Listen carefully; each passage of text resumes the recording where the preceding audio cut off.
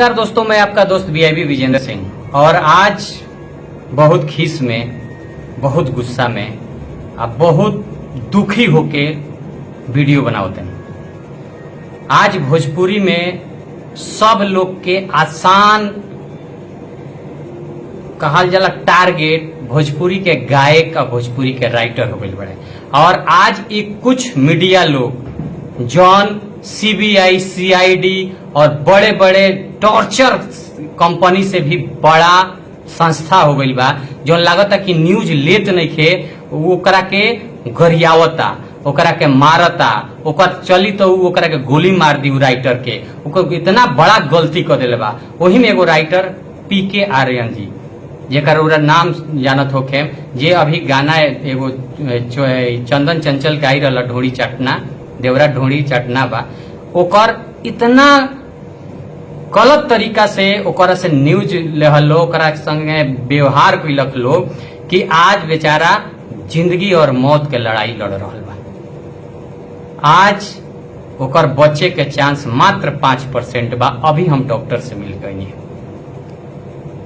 पूरा आज हमनी के कलाकार संग, पूरा कलाकार, पूरा टेक्नीशियन, आज हमार शूटिंग हो रहा बा संस्कृति मैरिज में आकांक्षा म्यूजिक के, लेकिन हमनी के दुखी बनी सन। पत्रकार बहुत सारा हम देखनी और एक पर बोले चाहिए। हम मनीष कश्यप भाई के धन्यवाद कहे के चाहतनी कि मनीष कश्यप भाई ये विषय में काल मीडिया से बात कैले और बहुत अच्छा बात कैले। वो कहले कि ये पत्रकार आज छोटा छोटा गरीब घर से आयल कलाकार के घरे जाके, अगर मान लो कोनो गलती हो गई बा, अगर वो अश्लील गाना गा देले बा या तहरा लगता कि वो गाना अश्लील बावे और गा देले बा, तो ओकरा से प्यार से भी बात कइल जा सकता। हाँ, ओकरा तक बात करो, ओकरा माई के, ओकरा बाबू के, ओकरा घर के, ओकरा परिवार के इंटरव्यू लेहल कौन जरूरी बा? का इतना तारा दम बा कि तू पवन सिंह के घरे जाके तू इंटरव्यू ले सकत रह, उनका गांव में इंटरव्यू ले सकत रह, तू खेसारी के गांव में उनका घरे जाके इंटरव्यू ले सकत रह? तारा में दम बा?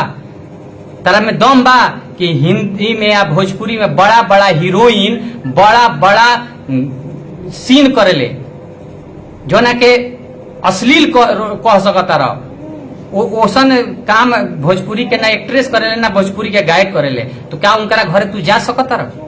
लेकिन आज अगर कोनो गरीब लड़का गाना गा के, अच्छा वो देवी गीत भी गौले बा, वो सैड सॉन्ग भी गौले बा, वो भजन भी गौले बा, ओकर प्रमोशन काहे नहीं करत? जे न्यूज वाला ओकरा का टॉर्चर कैले बा, आज वो जिंदगी और मौत के लड़ाई लड़ रहल बा, ओकरा संगे हम और पूरा हमार भोजपुरी के सब गायक, सारा टेक्नीशियन, सारा लोग खड़ा बा आ हमनी के भाई के बचाएम सन, हर सख्त प्रयास करतनी सन।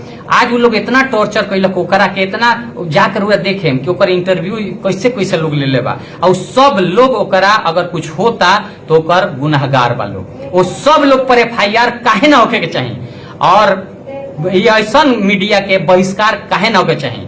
अब खास करके मनीष कश्यप जी, रौरा से आग्रह बा कि ऐसा मीडिया के रौरा तो खूब रेलाई करेनी, तो ऐसा मीडिया लोग के रेलाई काहे नहीं करत? आ मनीष भाई, हम चाहेम कि ये मुद्दा के तू बड़ी अच्छा से उठाव और आज सारा कलाकार, सारा हमार टेक्नीशियन, सब लोग कही कर लो कि जे मीडिया वाला बा ओकरा के बहिष्कार कर लो, कोनो मीडिया वाला के इंटरव्यू मत दलो। जे अच्छा बा, जे अच्छा भोजपुरी में करे के चाहता ओकरा के इंटरव्यू दलो और सबके बहिष्कार कर लो। आज जौन लड़का जिंदगी और मौत से जूझ रहल बा, ओकरा जानता रह, ओकर मेहरारू के 8 महीना के लड़का बा पेट में, आज ओकरा पर का गुजरी, उ का आज ओकरा पर गुजरी, ई बताओ। आज केहू ई बात नहीं के सुना। और सारा मीडिया वाला लोग के बहिष्कार कर लोगी, जे ऐसा गायक के संगे, जे राइटर के संगे इतना बदतमीजी से व्यवहार कर रहल बारे, आई सब लोग के पुरजोर विरोध होके के चाहिए। हम कहतनी, हम ऐसा सारा मीडिया लोग से हाथ जोड़ के निवेदन बा कि तोहरो घर में माई बहन बिया, तू न्यूज में अगर कुछ गलत बोलता रहता, का तारा बाबूजी लगे, तारा माई लगे, तारा बहन लगे जाके ये बात पूछल जा सकता? तो कैसा लगी तू लोग बताओ लो। और आज हमार भाई पीके आर्यन, हम ऐसे बाई ओकरा के नहीं जानत, हम हमारा कोनो आकांक्षा म्यूजिक खातिर उ गाना नहीं लिखले, लेकिन हमरा इंडस्ट्री के आदमी है। आज हम हॉस्पिटल जब गईनी है, डॉक्टर से बात करनी है, डॉक्टर बड़ी मायूस होके कहले हैं कि बचावे की कोशिश हो रहा बा। वो आदमी डिप्रेशन में आके, डिप्रेशन के कारण का बा लोग सुने तो अच्छा हो जाए। ई लोग तो ओकर इंटरव्यू लेबे कैलो, ओकरा घरे चल गई लो, ओकरा परिवार के इंटरव्यू, ओकरा घर से जब फोन आवे लगल कि भाई तू का करत तारा, तू डिप्रेशन में हमनी के डालत तारा, तब बेचारा डिप्रेशन में आ गई।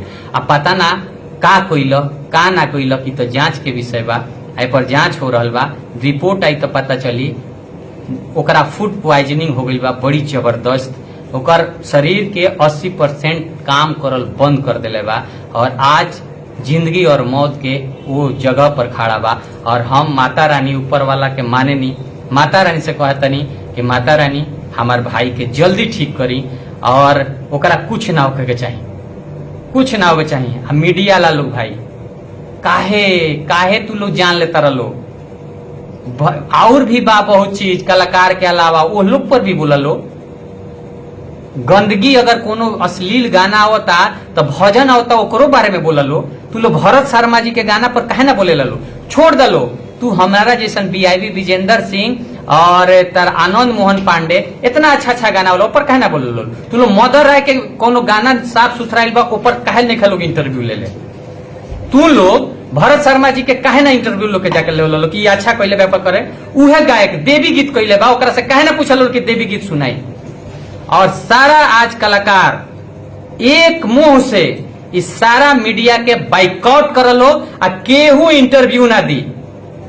आ हम कहे कि गांव में अगर मीडिया वाला कोनो कलाकार के माई या बहिन या बाबू लगे जाता तो का करे के बा, हम बोलेम ना, लेकिन तू लोग बुझल के का करे के बा।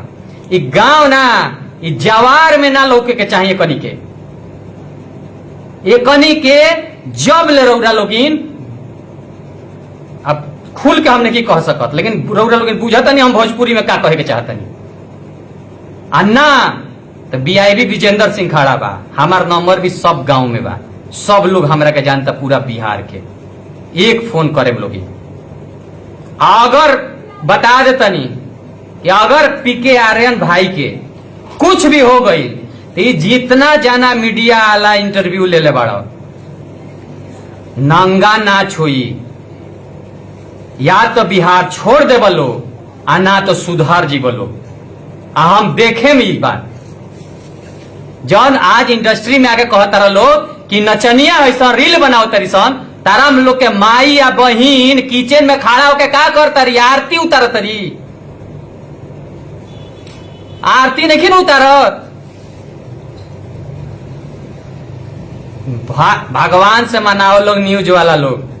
आ मनीष भाई तू ए पर एक्शन लो, आ मनीष कश्यप जी हम कहते नहीं तू एक्शन लो, हम जानते नहीं तू लेबो। अगर भगवान से अपना जे माई से मना ला लोग, न्यूज लेवे वाला ओकर इंटरव्यू लेवे वाला लोग मना ला लो, अगर ओकर हो जाई तो विजेंद्रा आज ले ना बोल ले रहा, लेकिन विजेंद्रा के बारे में जान जी हलो। 20 साल से कलाकारी में बानी, 20 साल से अपना पटना के सरियाए में बानी। माइक पकड़े के सिखा देम कि कैसे माइक पकड़ल जाला आ कैसे कलाकार से बात कइल जाला, ईद सिखा दे। बस कुछ नहीं करे के, भगवान से मनाओ लो, पीके आर्यन भाई ठीक हो जाए। धन्यवाद, लव यू। और हमरा कुछ नहीं कहे के आज।